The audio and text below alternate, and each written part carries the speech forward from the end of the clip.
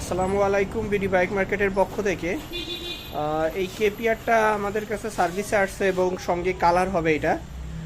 তো এটার যে সমস্যাটা আমরা ফিল করি, যে জন্য আসছে আর কি, উনি আরপিএম কখনো 1500-এ থাকে না, এটার আরপিএম 3000-এ রাখতে হবে। যদি 1500-এ রাখেন তাহলে গাড়ি বন্ধ হয়ে যাবে। এটার সমস্যাই হলো গাড়ির আরপিএম, আইডেল আরপিএম 1500-এ রাখলে এটা বন্ধ হয়ে যাবে। দেখেন, আমরা আইডেল স্পিড কন্ট্রোল ভালভ, যেটা এই ভালভটা চেক করছি, এটা আমরা এয়ার ফিল্টার বক্স থেকে খুলে রাখছি যাতে ও ফ্রিলি বাতাস টানতে পারে।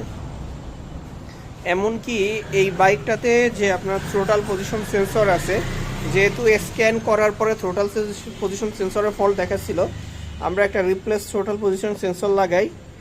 এমনকি নিষিদ্ধ যে জায়গা, এই জায়গার নাটটাকে ঘুরে আমরা থ্রোটালকে হাই করছি, আরপিএম স্ক্রু দিয়ে আমরা থ্রোটাল হাই করছি। এরপরে এই ক্যানেস্টারের যত লাইন, আমরা ক্যানেস্টারের সব লাইনও খুলে দিছি।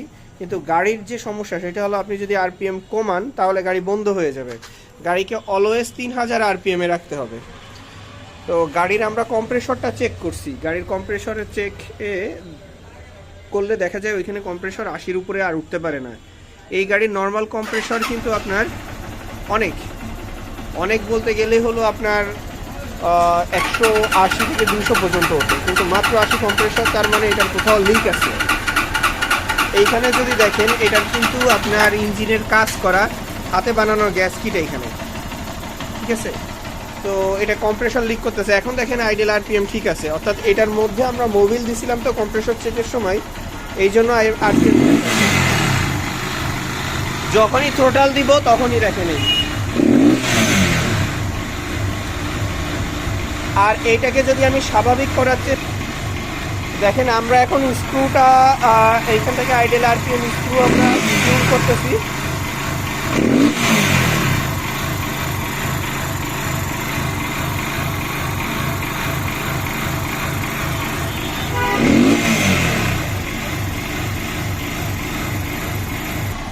দেখেন, এখন যখন আমরা আরপিএম কমায় দিলাম তখন গাড়ি বন্ধ হয়ে যায়।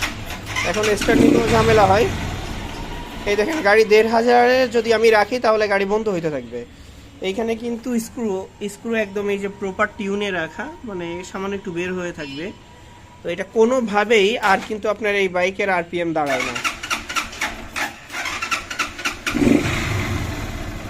এই দেখেন, এই 2000-এ গিয়ে গাড়ি বন্ধ হয়ে যায়। শুধু 3000-এ থাকলে এই গাড়ির আরপিএম ধরে রাখতে পারে।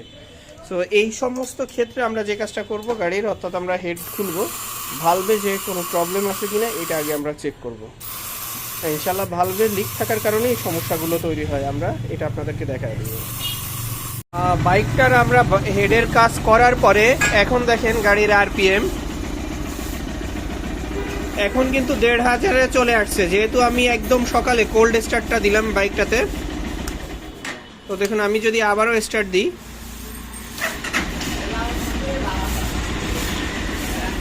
এরপরে আমি যদি আরপিএম দিই, একদম 1500-এ, যেটা স্বাভাবিক একটা কেপিআর এর লিমিট, সেই লিমিটের মধ্যেই দেখেন আছে।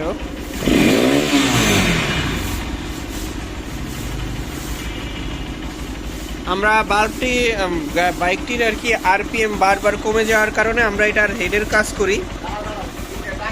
এই ওর হেডের ভালভগুলো একদম নষ্ট হয়ে গেছিল, নতুন ইঞ্জিন করা, বাট ভালভের কাজ না করার কারণে ভালভ থেকে কম্প্রেশন লিক হয়ে যায়। কারণে গাড়ি সকালবেলা বা যে কোনো মুহূর্তেই আরপিএম ধরে রাখতে পারে না, আইডেল আরপিএম। তো এখন গাড়িটা একদম পারফেক্ট ওকে আছে। গাড়ির কালার চলতেছে আমাদের এইখানে। তো আমরা কালারগুলো দেখাবো যে কি কালার উনি করতেছেন। এই কালার এবং আরপিএম এর এই সমগ্র কাজ শেষে আমরা কাস্টমারকে ইনশাল্লাহ ডেলিভারি দিয়ে দেবো।